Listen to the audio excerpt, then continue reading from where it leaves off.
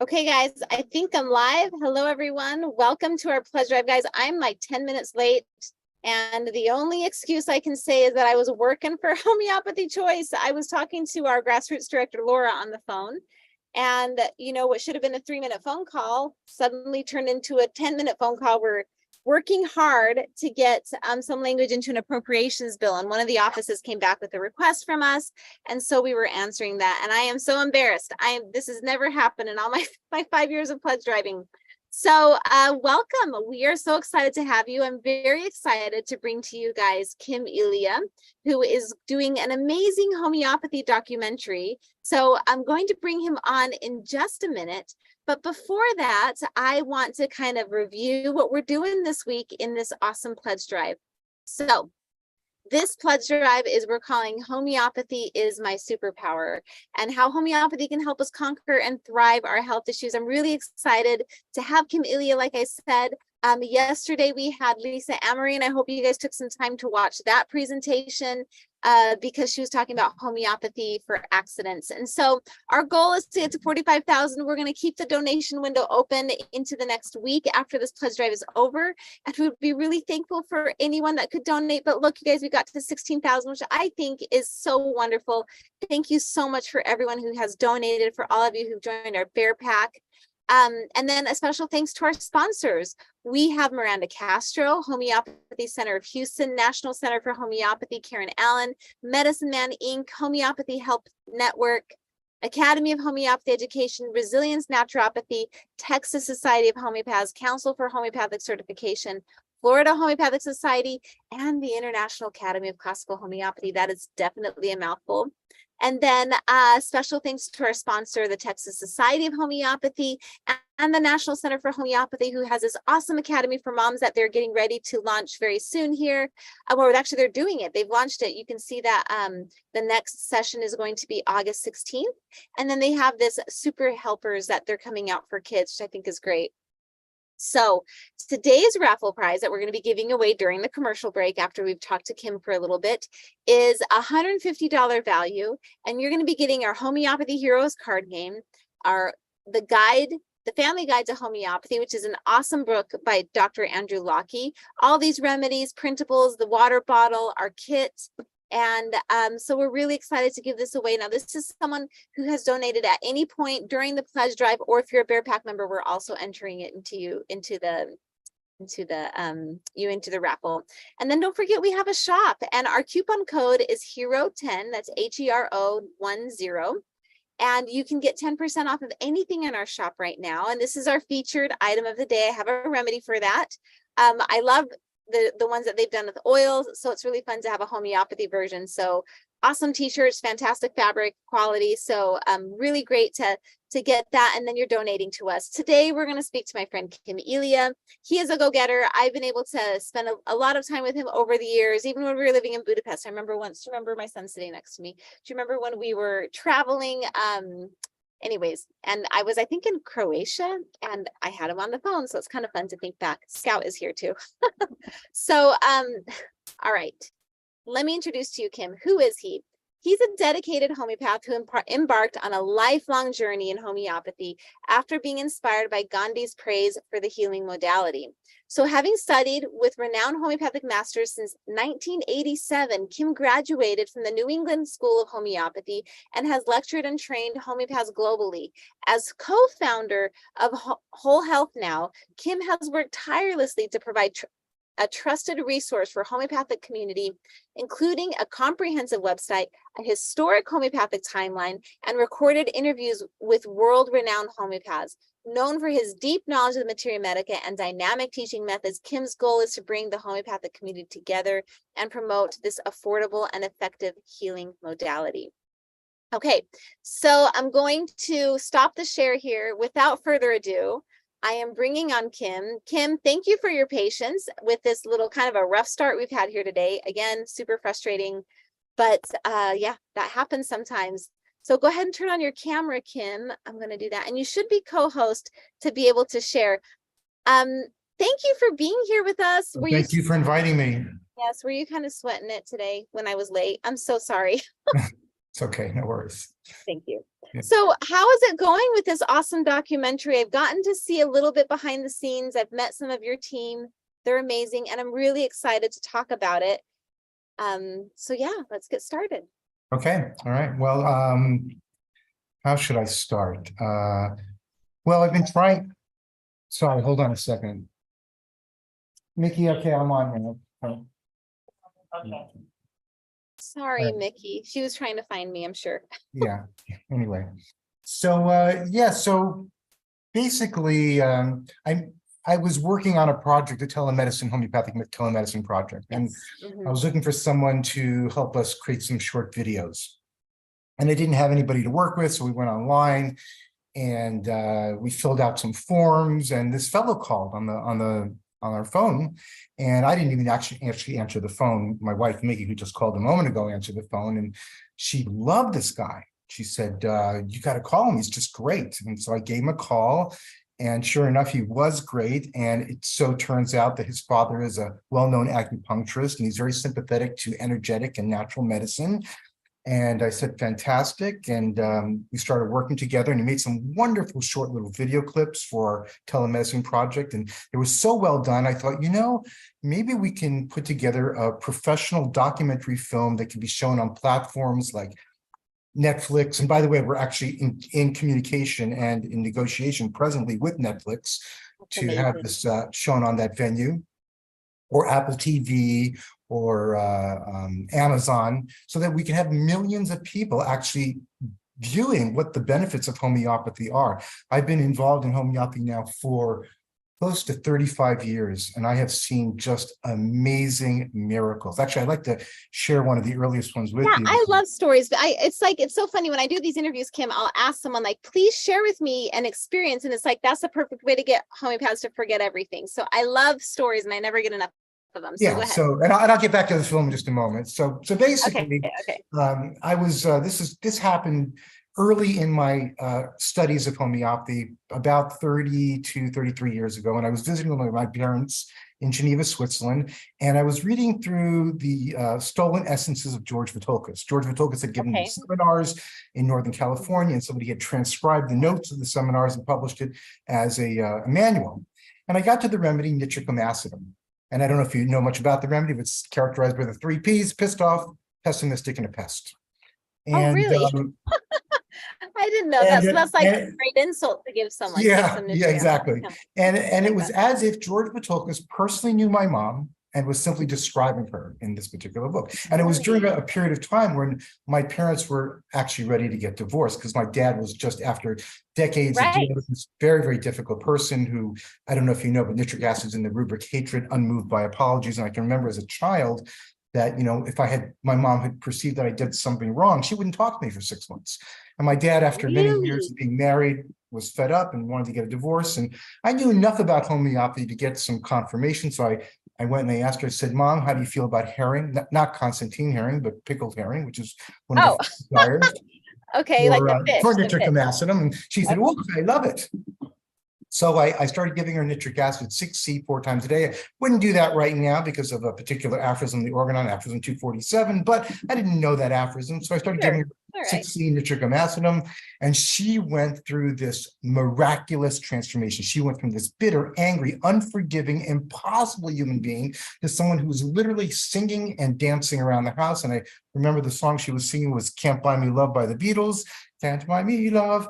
And you probably heard the expression, you can't be a prophet in your own hometown, right? That your parents and your friends and family members perceive in a certain way. And if you have a great business idea, right, Paolo, you have this great business idea, and they remind you how when you were 3 years old, you tried to set up a lemonade stand, it didn't work out. And you said, but that was when I was 3, and I'm now, 42 or whatever age. You're probably younger than that. But I'm almost 40 this year. 40. Okay, yeah, you look even younger than that. But anyway, thank you. That's the right answer. Good job. So she just went through this, and I remember my father, came up and he shook my hand. He said, I don't know what you've done, but from now on, I support you 100%. And I remember even the whole family was around at the dinner table at one point. We started debating about something, and my mom said, oh, just forget about it. And everybody looked over like, who is this?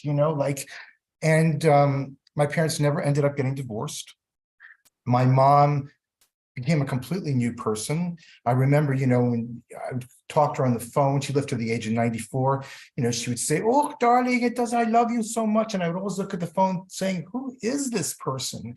And Paula, I love that story because yes, homeopathy can treat your colds and your flus and even serious diseases like Parkinson's or amyotrophic lateral sclerosis. But can also, as Hahnemann alludes to in the ninth aphorism of the Organon, it can profoundly and dramatically change a person's life on all levels. And that's the beauty of homeopathy and what I love so much about it. And I've seen these types of miracles throughout my many years of practice. And there's no medicine that can really address that. That's like a deep, like personality thing. Like medicine likes to say that it can help with, headaches, although, like all these other conditions, which is all questionable in and of itself. But there's no medicine that could really go to the heart of that.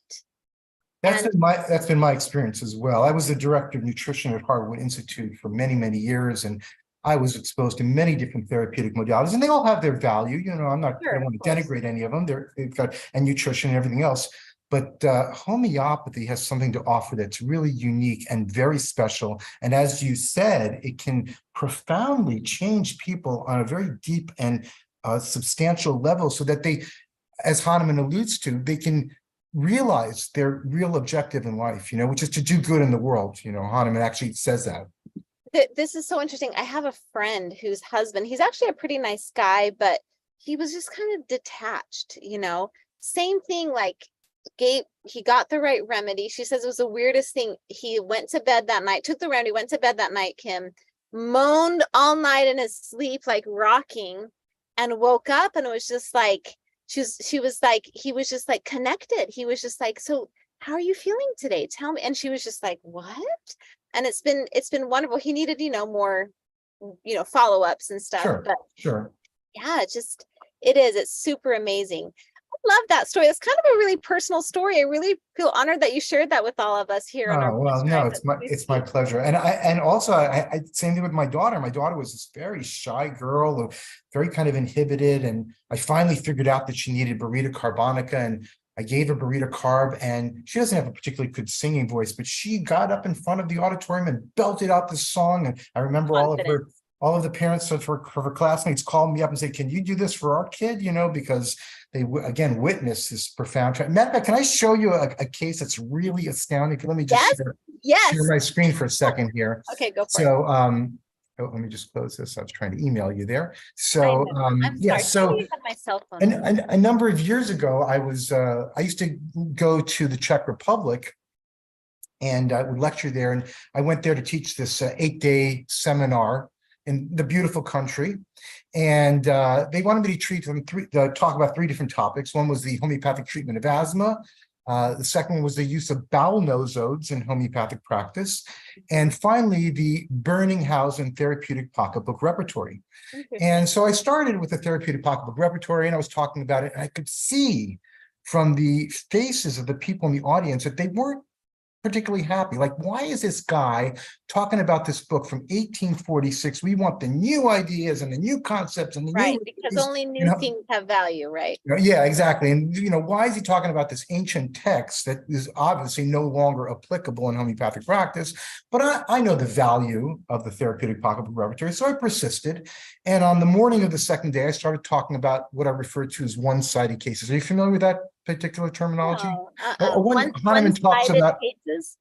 Yeah, one-sided case is Hahnemann alludes to this in various locations in his writings in the Organon and other places as well. A one-sided case is one where you don't have a lot of symptoms. There's a paucity of symptomatology in the case, and therefore it makes it a little bit more difficult to work on. And I wanted to show that you could actually use this particular repertory to address such cases.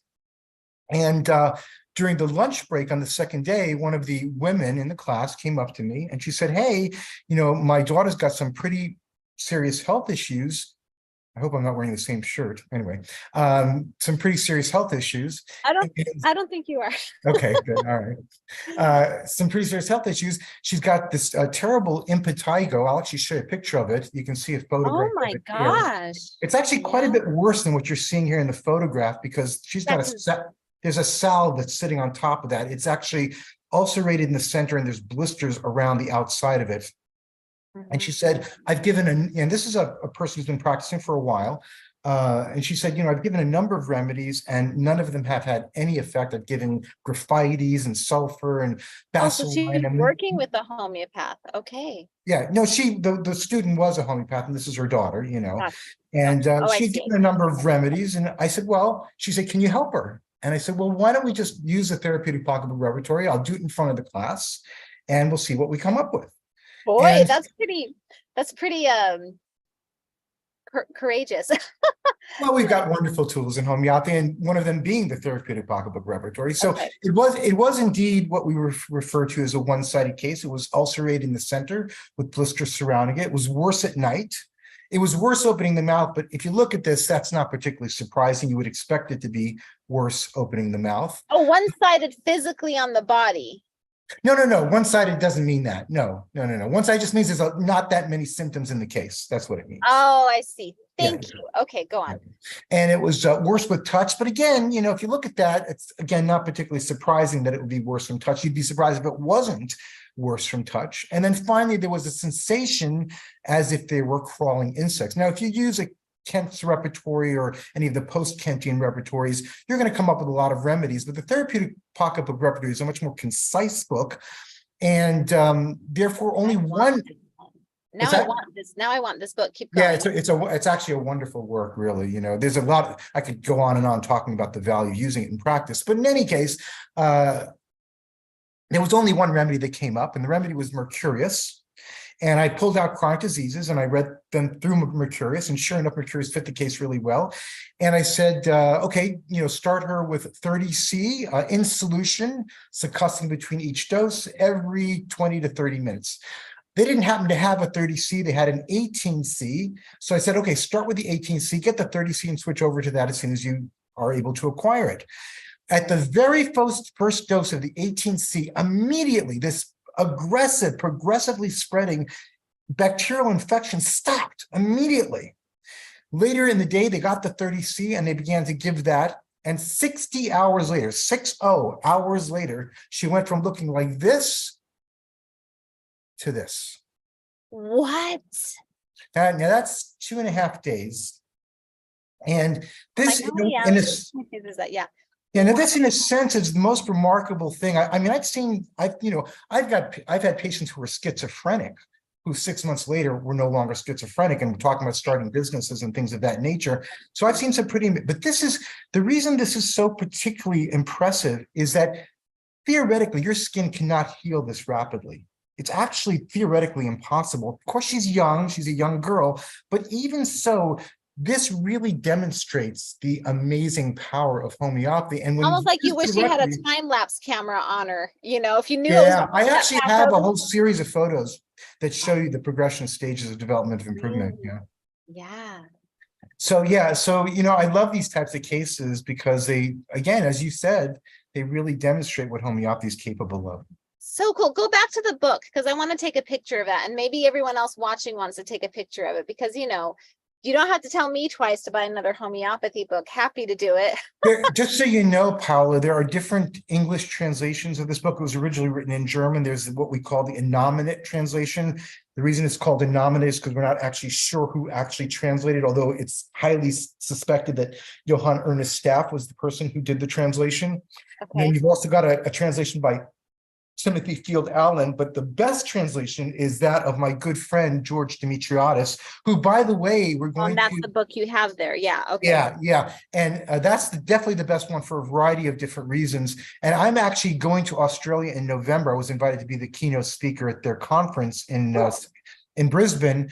And I'm actually planning to go to meet George in Sydney and include him in the important documentary film that we're working on. Yes, right. The documentary. So let's get to that because, but thank you for these stories because this is exactly like we have, I say this all the time, Kim, we're raising the sickest generation of kids that have ever walked the earth. People are very, very ill. And I don't know, I don't know if you've ever been very sick. I've been very, very sick and it is heartbreaking. It's debilitating. It's like you have all these people with talent and things to offer and they can't do it because they're in this prison that's their body. And it's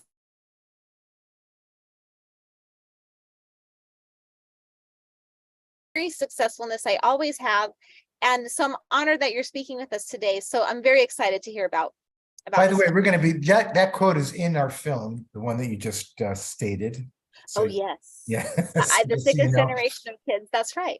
Yeah, absolutely. And actually, let me just share, because you talked about pain. So let me just share one more story and then I'll go Yes. to share Oh, some no, purpose. you don't share as many as you want. Go All ahead. right. So a number of years ago, I was having some really serious back problems. It was just really, really bad. It was as if somebody was taking and stabbing me in the back with a knife. And I couldn't lay down, or I couldn't sit or stand or walk or talk or really anything. It was just really unbelievable. And I went to chiropractors and osteopaths and homeopaths, and nobody could help me at all. They couldn't even really necessarily diagnose what the issue was. They thought maybe it was sciatica, but they weren't particularly sure. And I used to teach at Bastyr University. And what I would teach there, I would stay with my good friend Richard Mann, who was the head of the homeopathy department there. And in the morning, I was telling him about my back problems. And he said, well, have you ever taken a remedy that's worked? And I said, yeah, many years ago, I had pneumonia and somebody prescribed a remedy for me. And I had pneumonia and then I didn't have pneumonia. And he said, well, why don't you take that remedy again? And I said, yeah, that sounds like a good idea. So I took a 200C dose of the remedy and I got in the car and I drove off to teach the class. And I got to the school, Bastyr University, and I started to teach. And as I was teaching, I started feeling really sick. I got this really bad headache. I started feeling really nauseous. I felt as if somebody was taking a poker and sticking it up my back. And it was like, I barely made it through the class and I really had to throw up. You know, it was just like so sick, but I didn't want to throw up at the school or on the city streets of Seattle. So I said, I'm going to get back into the car and make it back to Richard's house. And I was actually throw up in your toilet properly. Yes, absolutely. Right. And I actually had my head out the window as I was driving. And I finally got to Richard's house and, you know, there's the door, there's my salvation. I rushed to the door, I opened the door and they're having a party. And Richard says, oh, let me introduce you too. And I'm like, you know, and I make a beeline for the bathroom. And for the next 45 minutes, it's like a scene from The Exorcist. I'm retching violently. Oh, no. And I mean, really just vomiting. And then when I come out of the bathroom, the party is now officially disbanded. And that evening, I'm 90% better. The following morning, I'm asymptomatic. This has been a problem that was going on for over 9 months. And one dose of that remedy completely cured me of those. So that was an aggravation, right?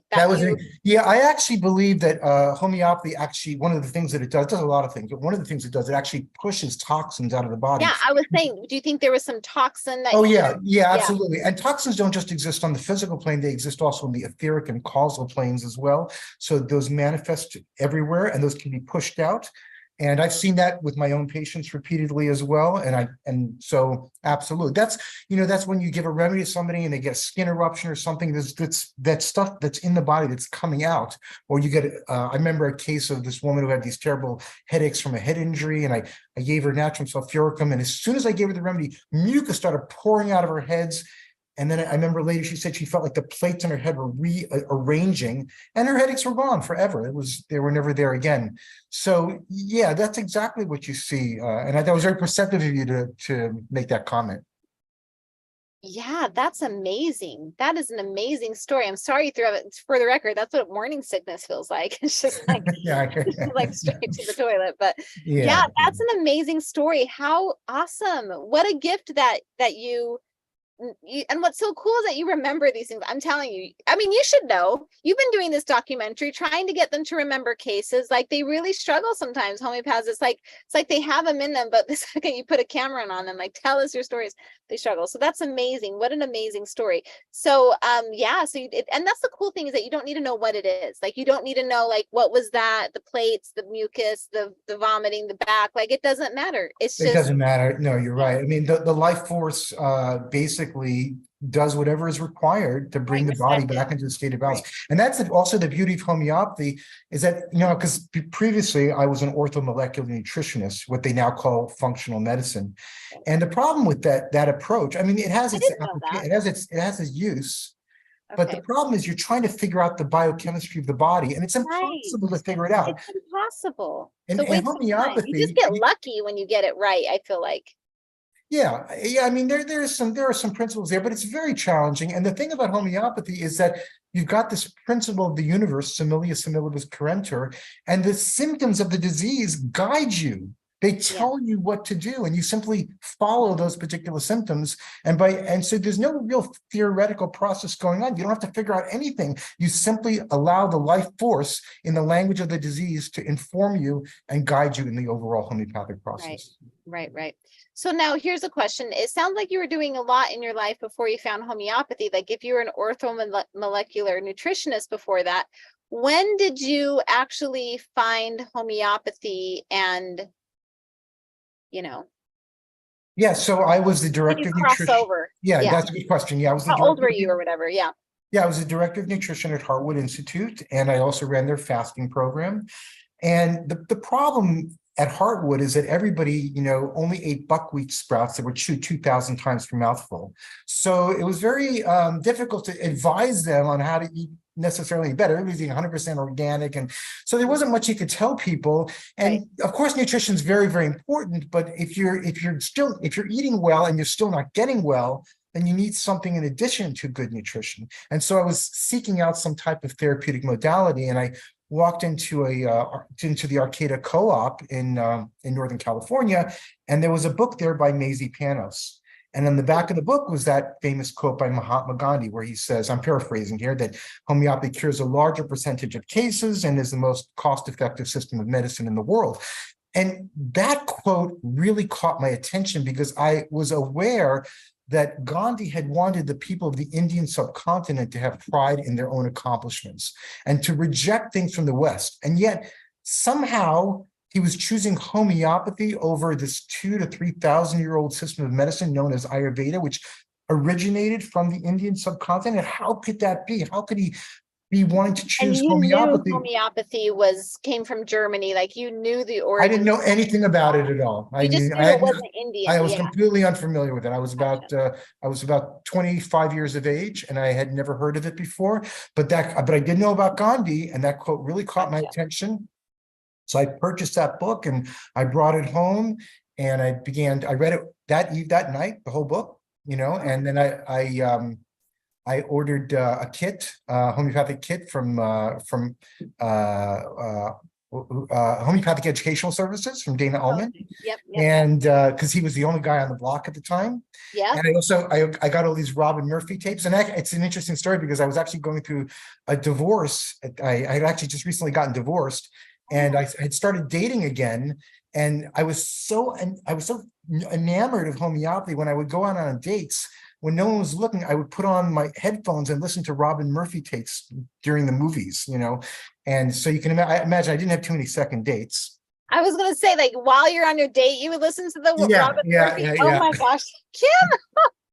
Oh my goodness. That's all right. You found the right gal. You've got yeah. Mickey now. Did you do that on a date with Mickey? Did you do that to Mickey on a date? Oh yeah, absolutely. No question. Matter of fact, I remember one time I used to listen to Sheila Creasy. She was this British homeopath, and Sheila was kind of like, she talked in this very strong British accent, and it almost sounded like a combination of Monty Python and homeopathy. And she liked to recite these disgusting symptoms. And I was sitting there listening. She's going, easy diarrhea with frothy mucus and pus. And my wife, my current wife, Mickey, opened up the door and she said, "What are you listening to?" It's like, what is this? But yeah, I was very fixated and almost obsessive about studying homeopathy. Yeah, but that resonated, that resonated. Oh yeah. That's amazing. I love that. I mean, I think a lot of us can relate. I mean, I am not a practitioner, but I can relate that, like, that powerful sense of resonance when you feel like, some people find it and it's like, don't you get it? And some people really get it right away. So I think it's awesome. That's why I think your documentary is so exciting, because you are so passionate about this. And I think that's going to come across, you know what I mean?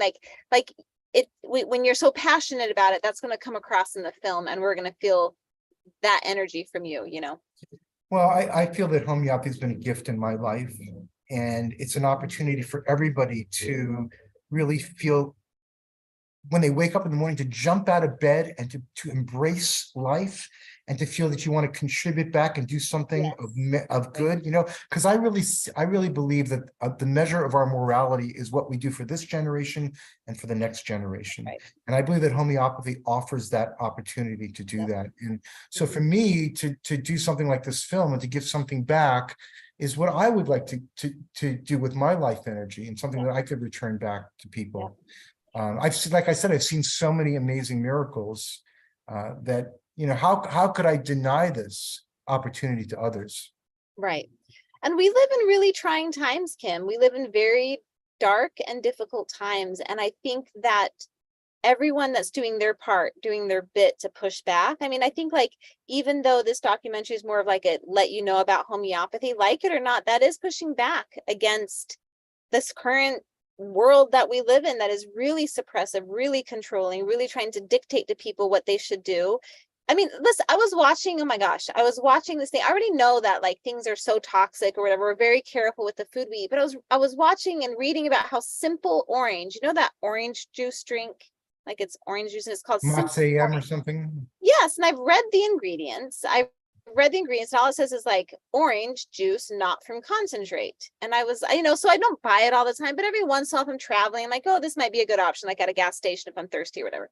I just found out that like they're finding forever chemicals, the Teflon chemical, how that's like, it's a forever, they're finding it 400 times above the allowable limit in that juice. And I know I've had it plenty of times. I'm sure all of us listening have had simply orange juice. And it's just like, man, we just can't we can't catch a break. You know what I mean? And it's just, so I think like Americans for Homeopathy Choice is important. We're pushing back more, directly. But films like these, efforts like these are so important. I really do think that. So thank you for saying, to me, I mean, I really appreciate the important work that you're doing. This film works in tandem with what you're doing, because if we can bring 1 million people into homeopathy and they can join Americans for Homeopathy Choice and become advocates for homeopathy and study homeopathy and become practitioners of homeopathy, then you will have the power, the legislative lobbying power to make a real difference. And that's, you need the people, the mass, we right? need the people, I agree. absolutely, I agree. And so, the objective in this film is to make a grand argument for homeopathy, because there's so many powerful things to say about. I mean, I'll just give you one example.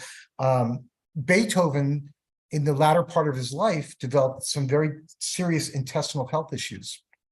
I know he had gone deaf. Yeah, he went deaf earlier on. Yeah, in the Beethoven Ninth Symphony, when he finished conducting it, he had his back to the audience, and everyone stood up and applauded. He didn't even know that they were applauding, because he was simply looking at the orchestra. So yeah, but he also had some very serious intestinal health issues, and which probably would have killed him. It so turns out that his practitioner, his medical doctor, was a homeopath. And his homeopathic medical doctor cured him of these health issues. And then Beethoven went on to write the late string quartets, including Opus 131, which is considered the epiphany of Western classical music. When Schubert heard Opus 131, he said, there's nothing left to do in Western classical music. So were it not for homeopathy, we would not have what is considered to be the greatest, most amazing piece of classical music ever written. That's right. And we're big classical music buffs here. We play the piano, and my kids play very well. And so, yeah, big fan. That's amazing. I love that. I didn't know that, Paolo. That's great. Yeah, I'm also a real appreciator of Western classical music and all types of music, really. Yeah, all classical music, especially. My son recently learned, what's that jazz song that you play? Yeah, Maple Leaf Rag by Joplin. Oh yeah, sure. That's been really, I like it. It's a nice. That's not an easy one, but it's been. I just love having the music in my home, and it's been really, it's been really great for them. So yeah. But we'll include that story about Beethoven and other really wonderful, amazing stories that people don't know about. And because if you know about all people's cultural heroes that have embraced homeopathy, like Dizzy Gillespie, for example, and many others. Then that gives you the impetus to further investigate, what is this all about? Why would my hero be interested in homeopathy? I think it's an important part. Yeah, I think so too. It reminds me a little bit of that book Dana Ullman wrote. The why famous people, I forget the name of it, but why famous people choose homeopathy. It's like if you show these people of prominence who have a lot of resources at their disposal and that they do choose homeopathy, I think Sure. it's like it or not, that's compelling in our modern society. I don't know how compelling it should be because we do make actors and famous people like they're gods, but they're not, you know what I mean? But it is a compelling thing for a lot of people. So I Yeah. think that's great. Yeah. Yeah, absolutely. Well, let me show you a couple of clips from the film, if you don't mind. I think that would be kind of Yeah, let's do one clip and take a break and talk to Mary, our commercial break, and then we'll okay. get back and do whatever you want for however long you want. So Okay, sounds yeah, good. go ahead. So we want to, of course, do many things in this film, but one of the things we want to do is explain actually what homeopathy is, because a lot of times people think homeopathy is just Right. potentized or remedies. diluted remedies. But it's actually Yeah. not. Homeopathy is the application of the law of similars. And we use potentized medicines because a lot of our medicines are poisonous and you can't give them in crude form because you'll end up killing the person. So we have to potentize them. But you could give a substance in crude form, in mother tincture, and it would still, if you apply it based on the law of similars, it would still be homeopathy. So we thought, how could we make the segue into an explanation of homeopathy? And so when I was actually down in Philadelphia, I was actually working with Denise Strages and Alistair Gray down there. And we decided to go out onto the streets of Philadelphia and just ask people what they thought homeopathy was. And we even went in front of the University of Pennsylvania Medical School and asked some of the doctors and nurse practitioners as well. And it was very funny. The results are very humorous. So let me go ahead and just show you that clip. And That's a great thing. Yes, let's watch it. You can take your little commercial break afterwards. Okay. You know what? Let me just stop sharing to make sure that when I did share it, I chose optimize for video clip there. All right. So you can see my screen now. Yeah. Yes. Sorry. Yes, I can. All right.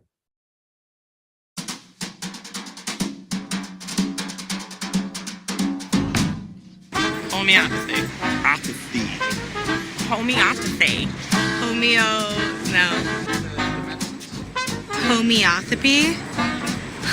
Apathy. I have never heard of it. Is it like holistic medicine? Like an herbal medicine? I mean, I know what a homeopath is. Isn't that like almost like an herbalist? Like natural medicine? Is that what it is? I have not heard much about homeopathic medicine. Mr. Softy's right there. Is it like holistic medicine? Like an herbal medicine? Do I sound really dumb on a documentary? A more natural method? So I'm new to Philly, so I don't know the area well. Who's Samuel Hahnemann? Yup.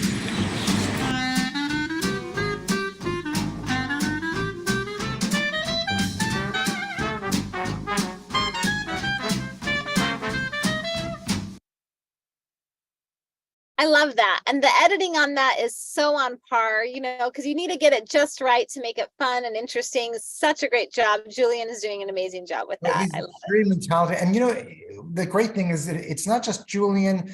I mean, Julian obviously is doing an amazing job, but we've got a whole team of people involved in this project, volunteers, people who are working right now. We've transcribed all of the interviews that we've conducted, and people are going through the various clips and pulling out those that we think are going to be most impactful.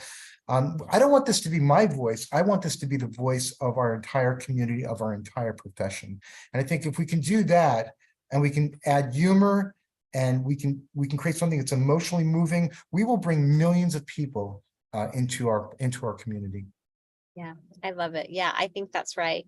And it's nice to see that people, at least they associate it with something like it's natural, it's good, so I think that's at least good. They don't think, something crazy. So that was really great. Absolutely. Yeah. I love that. Okay, Kim, go ahead and turn off your camera for me and mute yourself. And I'm going to bring Mary Carpenter on in just a minute. Mary, hello. Let me share my screen a little bit and kind of review with everyone what we're all doing here and what we're here about. So you guys, we are here on our pledge drive. And we are looking to fundraise for us. And I have to announce our winner of our raffle for today. That's Kathleen Usher. So Kathleen, I'm so excited that you won. Thank you so much for being a donor to Americans for Homeopathy Choice. Oops, I'm going the wrong way here. Nothing's happening. Okay, hang on. Okay, you're going to be winning this awesome raffle prize. This is day 5 raffle prize. We have all these remedies, this Family Guide to Homeopathy by Andrew Lockie, my Homeopathy Heroes card game, this little remedy kit, and we have these printable cards and our water bottle. And you guys, we are here because we are looking to fundraise for our efforts, our work. Our goal is 45,000. We're going to leave the donation window open, and we're at 16,000. I just want to thank everyone who has stepped up to help us get closer to our goal. And Mary Carpenter is one of those people. Now, you guys might notice Mary Carpenter has TX24 next to her name. So you're also on the hat team. Yes, I am. Mary, how are you? Fine, but gosh, my lighting is terrible. Oh no, you look great. Before now, I was not red, but I don't know. At least you were here on time, Mary. That was really great. Yeah, I've been here since before 6. I was so mortified. You were at a lot of meetings that I attend. I'm never late to my meetings. And it's like, I was talking to Laura, because you're on the hat team. So, you know, we've been sending some requests to offices, and one of the offices came back with kind of some questions. And so Laura and I were trying to thread the needle to kind of figure out exactly how to word the response. And I was like, oh my gosh, I am late. So don't worry. No, you're worth waiting for, Pale. Thank you. You're so sweet. So you're in Texas. What part of Texas are you in? A suburb of Dallas. Nobody's ever heard of it. It's 4.5 square miles, but yeah, it's Addison, Texas, and it's right near Carrollton where TSH met. And I actually, there's no reason that Kim would remember me, but I did meet him at the TSH meeting in October of 21. Marion Booker invited me. I've gotten to be buds with Marion. I adore her. She's lovely. I love her. She's very spunky and great. So Kim, you've met Mary before. So Mary, tell us a little bit about why you love homeopathy and why you make the effort to volunteer and to donate. Well, yes, I've done all of that, and happy to do more. Well, homeopathy cured me of something I suffered with for 15 years. It's not quite as dramatic, and you can't see it. It's certainly not like the impetigo, although I used to have that terribly as a kid. I was very susceptible to it, but I never had a case like that. But this was on my back, and it's a nerve-related condition called notalgia paresthetica. Awful. Yeah, it sounds awful. It's not awful in the sense that it makes you sick. It causes your back, the middle of your back, it's always manifest on the back, and it causes your back to break out in like little bumps that itch.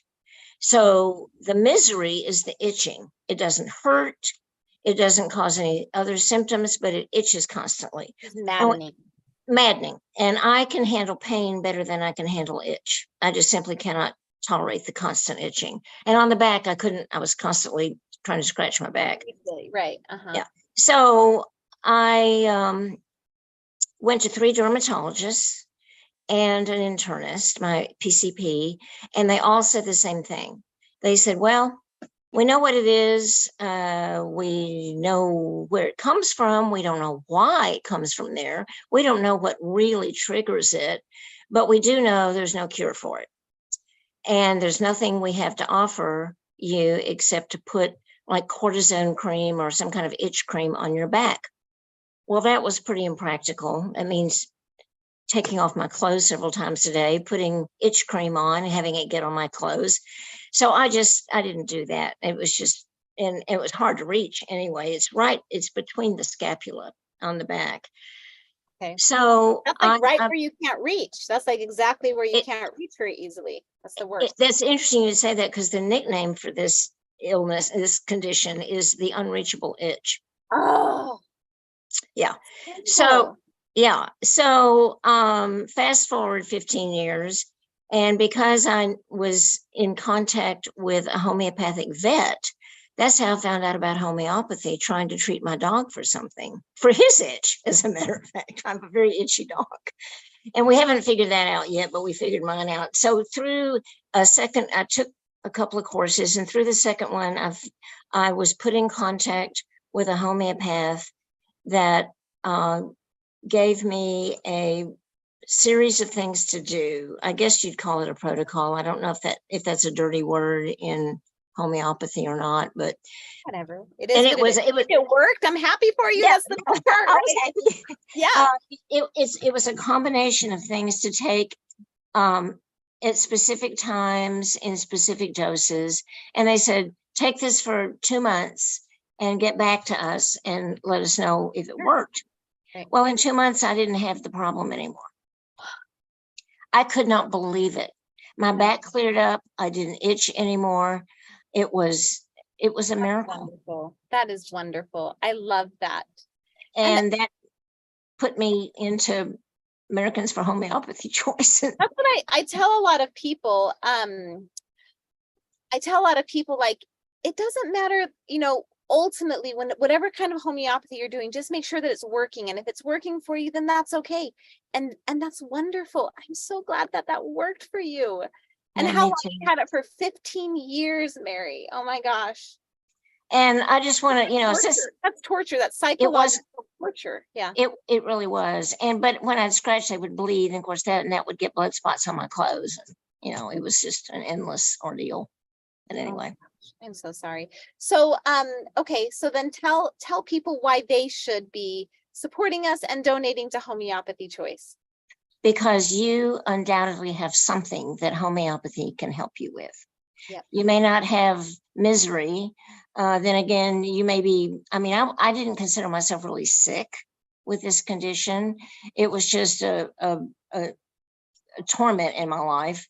But whether it's emotional or physical, or a nerve condition like mine was, find a homeopath. They can help you. One of the women at my church she's a deaconess, and she has just become a certified homeopath. So I'm trying to help her practice too. And don't you want freedom of choice? Yes, that's right. Don't you want to be able to do things inexpensively? I'm obviously a senior. I'm on a fixed income. Oh, and for my notalgia paresthetica, I had to order a whole bunch of tubes because this was going to go on for 2 months. And I was using these several times a day. So I calculated by the doses that I had to take, I calculated how many tubes I needed of which medicine.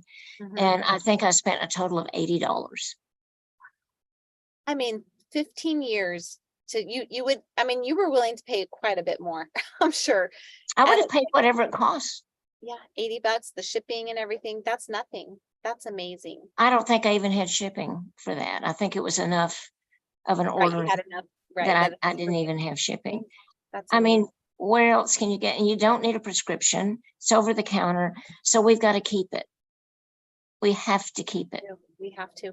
And to me, like, this is becoming a bigger fight than just homeopathy. If we live in a world where homeopathy was not allowed to survive, it's a symptom of, like, this is a very bad thing. If homeopathy can't survive, then there is more out there that we are going to be losing.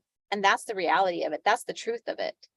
And it's like, do you want to live in a country or in a world where the top down powers aren't going to allow this to happen, whether it's from bureaucratic ignorance or from policies that are just not good? And so I think it's so important for people to get involved. And so, Mary, I'm so thankful for you. You are so wonderful to donate to us and to spend your time. It's like you're paying to volunteer. And it's just wonderful. And we just love your work on the hat team. You're always delightful and do good things. And so we're very thankful for you, Mary. Well, you're more than welcome. Thank you for starting this. Yes, you're welcome. Yeah. All right. You're welcome to stay in the Zoom meeting room. You can just turn off your camera and mute yourself. And then Kim, come on back and we will continue our interview and you can start your video. I just want you to know, Kim, this is a special interview for a number of reasons. We are streaming on Twitter. This is the first time Americans for Homeopathy Choice has ever been on Twitter. So you're our inaugural whatever interview, right? Because I didn't know I could do that before today. And so we set it all up. So that's exciting. And isn't Mary lovely? What a wonderful story. And just, all of our moms and members. Actually, Mickey's on our hat team too. Oh, You're yeah, right. absolutely. Yeah. Yeah. And it's just, I just love them. They're all so great, and it's just really nice to be with them. And so we're so thankful for them. So let's get back to your documentary. And Okay, you sure. have another. Before we go on, I know that you're doing your pledge fund, but let me just show people our website. So if people do want to see it, we have a bunch of videos. Yes. So they can go to introducinghomeopathy.com, Okay. and there'll be a number of video clips. Some of them were the ones that I was mentioning previously that were done for that telemedicine company that we created. We even did a kind of an amusing little spoof on It's hilarious. drug commercials. Maybe I'll just show that. That's hilarious. Do it, because I think it's And that's really not, yeah, I want to mention that because we're being very cognizant not to be critical of any other therapeutic modality, and especially not of conventional medicine, because we want this to be seen by as wide an audience as possible. So we're not, for example, mentioning vaccines or the treatment of cancer or anything which could be in the least bit considered controversial. Yes. Really want And I this- think that's so smart. We talk about that on the hat team too. Like sometimes you'll be talking to a staffer, and if you're going to be critical of conventional drugs, the problem with that is, Kim, that you might be talking to someone that's on a conventional drug, and like, let's say for their depression or whatever, and they're probably sometimes even very thankful for that. So it's like, I think that's so smart. It's a fine line you want to walk. And I think that's really excellent. No, but it's just, it's the correct way. I think the way you're doing it and the way that we're doing it as well, that's the correct way if you want to reach the largest possible audience. So, you know, I know you're doing your pledge fund, but we are also at this time trying to raise funds for the film. And we do, people can make various donations, and there's certain gifts that they get in return for doing that. The National Center for Homeopathy has been extremely generous. We've actually raised right now about $156,000 in total. Our goal is $250,000. But people have been coming out of the woodworks. You know, people are offering to teach free conferences for us and various types of gifts. And so there's, we're going to reach that goal for sure and be able to produce this professional film. And if you do make a larger donation, you do get to go on our sponsors page, and you will actually be in the credits for the film as well. So for example, a Calcaria sponsor. There's a hat member. That's Jennifer Barr, one of our hat members. Oh, okay. I didn't even know that. 599. And so these are all the Calcaria sponsors. And then you've got below that the Ferrum sponsors at $1,000 to $4,999. And then we've got the Argentum sponsors, which is $5,000 to $9,999. And then we've got the Aurum sponsors, which is $10,000 to $19,999. And then we've got the $20,000 plus sponsors. And that actually includes the National Center for Homeopathy, who've been extremely supportive of this project. As a matter of fact, they're allowing us to use their 501(c)(3) status, or not-for-profit status. So if people want to make a tax-deductible donation, they can do that through the National Center for Homeopathy. And if anybody's interested in doing that, they can contact me at Kim 95062 at earthlink.net, Kim 95062 at earthlink.net. Or if you just would like to get involved in the film in some capacity, you know, if you've got some ideas or editing skills or marketing skills or anything that you think can contribute, we welcome people to be involved. We have that, and as you know, you're one of our collaborators. So, and as is Lorraine also. Yeah, by that, I'm one of the collaborators. Means I've gotten amazing volunteers to help you with it, because there's just not enough hours in the day. But I love that you did that, Kim. I love that you did that, because, you know, the homeopathy is really, it doesn't belong to any one person. It belongs to the whole community. And you've really taken that spirit into this film and made sure to really include people in that collaboration. And I think that's a really wonderful way to do it. And that's why it's going to be successful. Well, thank you for saying that, and I think that's the right way. You know, the world, as you were mentioning, is in a dark place right now. You know, actually, I would equate it to what happened in the 14th century when the Florentine banks, the Peruzzi, Bardi, and Acquaioli banks, which were run by the Venetian Empire, shut down. Well, you may not be aware of this, but they actually shut down the economy of Europe, comparable to what happened during the lockdowns. And as a consequence, the hygiene level went down significantly. And when the hygiene level goes down, people become more susceptible to disease. And as a consequence, 3 years later, in 1347, the Black Plague, ravaged Europe. That I do know.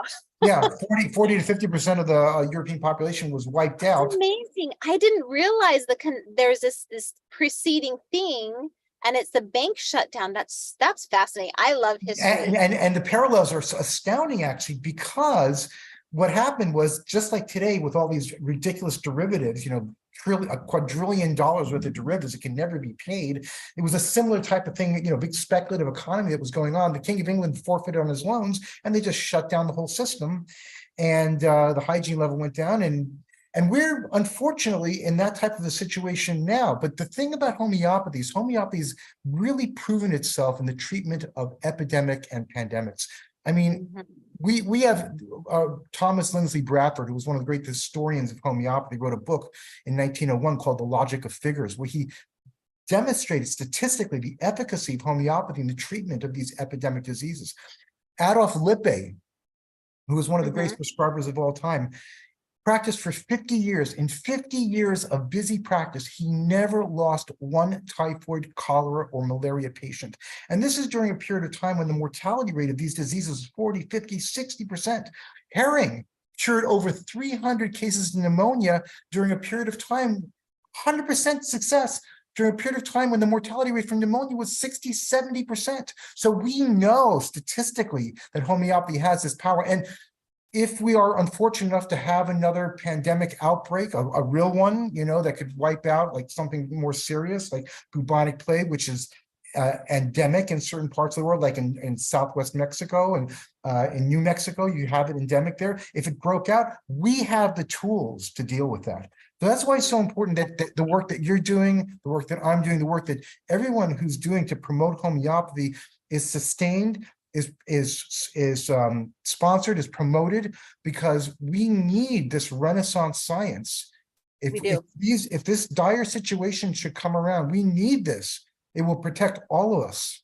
We do. And I think the message I want the viewers to get is if you love homeopathy, if you're new, to give yourself some time, you'll fall in love. Once you're in love with homeopathy, it is a medicine that needs the people. And so, like, people doing initiatives like Kim, doing this documentary, Homeopathy Choice is really a consumer, you know, driven and practitioner driven organization. Homeopathy needs, like, the donations are so important for projects like these. But also I think that the time and energy and effort, find a way to volunteer, to use your skills where they're needed, because homeopathy needs us. And I feel like, Kim, every generation has preserved homeopathy for the next generation, and it's our time. Like you said, right? One of the tenets of good morals is that you do the right thing now and for the next generation. I think that's really important, that we step up. And I don't know what's, you know, we had one big, you know, global, you know what, for a while there, but is it naive of us to think that that's the last one? I don't know, maybe not, but I do think that homeopathy has a really important role to play, and we need to keep it active and here and alive and well. Yeah, it's absolutely true. There's no system of medicine that I'm aware of that has the type of power to deal with real epidemics and real pandemics. I have my own opinions about what happened over the last few years, which, you know, to me, that was, it wasn't, there was a lot of problems with what's happened. There's a lot of unsaid issues that we won't go into, but yes. We won't go into them, but, you know, I actually did 8 pandemic updates. They're on the Whole Health Now website. Starting your website, your Whole Health Now 2020. website is really cool. If you guys have ever been there, he has a really interesting timeline. We mentioned that when we talked about your bio. I've referenced that timeline so many times as I've been learning about different people in homeopathy. There's also that really cool website, Sue Young Histories. That's really cool. That has a lot of homeopathy history on. But your timeline is so clean, it's so concise, and it's really excellent. It's really great. So yeah, I didn't know you were a materia medica buff. I did know you were a homeopathy history buff, but I didn't know you were also a materia medica buff. So that's really cool. So, all right, I want to watch another clip. Can you show us another clip? Sure. Let me go ahead and show you that. Now, this one, the final clip that I'll show you before we finish, is not one that was designed for the general community. It was really designed for the homeopathic community. To be more entertaining. We would never include something like this in the film because it would be way too controversial. But we wanted to do something that was really funny and entertaining, and just to give you a sense of what type of humor we could inject into this film. So this is actually, if you're familiar with the the Viagra logo. This is very similar to the Viagra logo. And is as hilarious. in Europe, you don't have this. You can't advertise pharmaceutical drugs in Europe, Right. but in the United States, you can. And at the end of every advertisement for a particular drug, they list off all of the various side effects. Loss of limbs, blindness, brain hemorrhaging, whatever it is. And so we thought we would do a little spoof on that with regards to homeopathy. So And it's good to laugh every once in a while. Oh yeah, absolutely. You got to have humor. You have to have emotion. You have to have humor. All of those things are very, very important. So I'll go ahead and share my screen now. And again, this is a spoof, not for the general public, but for the community, people who understand what homeopathy is already and can understand the levity involved in such a little clip. So this is a spoof on drug commercials where we warn potential homeopathy users of the potential side effects of using homeopathic medicines. Okay. I use homeopathy because of the science and research behind it. Homeopathy stood out for me because it worked with my inner capacity for healing. I turned to homeopathy after other forms of treatment did not work for my chronic conditions. Homeopathy has a proven track record for success, but it may not be for everyone. Common side effects include a greater sense of health and well-being and a deeper connection to family and friends. In many cases, physical and emotional symptoms may disappear completely. The most common side effects include a feeling of comfort and mental clarity. Anxious and depressed patients may experience renewed feelings of joy and a reconnection to life. Homeopathic patients often experience improved focus and memory. Men, as well as women of childbearing age, may experience greater sexual enjoyment. Call your doctor if, after starting homeopathic treatment, you feel an increased sense of energy, physical stamina, and generalized happiness, as these could become permanent. Other risk factors may include the complete elimination of pain, stiffness, and discomfort in the body, as well as improved judgment and motor coordination skills. In studies, these improvements often last a lifetime. Drinking alcohol will not affect the action of homeopathic remedies. Do not use homeopathy if improved health and vitality are not of interest to you. Before using homeopathy, please speak with your doctor about what life might be like without a general feeling of lethargy, boredom, and malaise. Talk to your doctor, since the complete elimination of symptoms may make regular doctor visits unnecessary. Ask your doctor if the safe, natural, effective, and complete elimination of your mind and body symptoms is right for you. Ask your doctor about homeopathy. That's so awesome. I love it. It's hilarious. I'm looking at my son here. We're watching it. It's hilarious. I love that. And it's like, it is so funny how, I actually have this little analogy I like to give people. It's so funny how we settle for these crazy drugs. And it's like, just go out and look for something better. Go and find something better. And sooner or later, you'll find out about homeopathy. What's so interesting to me is that the level of suppression going on around homeopathy or other good things like it only causes it to grow more. It's like the law of the universe. When you try and hold something back, then it's like, if you have a secret, right? Everybody wants to, what's the secret? What's the secret? Even though it may not be anything juicy, but everybody wants to know. And I think that's kind of what we're going to be experiencing more and more with homeopathy. So I think it's great. Yeah, I think homeopathy is going to have a real renaissance. When I did a 25-hour course on the history of homeopathy, and in preparation for that course, this was a number of years ago, in the preparation of that course, I came across something called the box in the book, which was this wooden box that was sold with Constantine Herring's Domestic Physician Manual. And that book really created a tremendous amount of grassroots interest, kind of like what you're doing and what I'm doing with the film about homeopathy. So much so that in 1860, when the Republicans swept into office, they were all advocating for homeopathy. They were actually appointing homeopathic medical doctors to high-level posts within the US government. So we need to create that type of a renaissance again, where we've got homeopathic medical doctors in positions of medical authority. Prominence. Yeah, that's right. Absolutely. That's right. What's so cool about that, because, people don't know much. So this book, The Domestic Physician, that Constantine Herring released, was it Constantine Herring? Constantine Herring, yes, that's right. Yeah. Okay. So it was a really controversial book because it was a book written basically for mothers or home prescribers. And at the time they were like, well, this is medicine and it's not really appropriate for moms to have like these medicines at home with them. They just had never happened before. There was no internet, right? So the empowered mom wasn't a thing yet. And so he still released this book. And I think the book had like numbers, right? Instead of like teaching them the remedies, they really simplified it. Just like, okay, number 1, if you have these symptoms, take number 2. And that's kind of where it all began. And I think that's how women started coming into medicine in the United States, was from this book, because these women read the book, learned about it.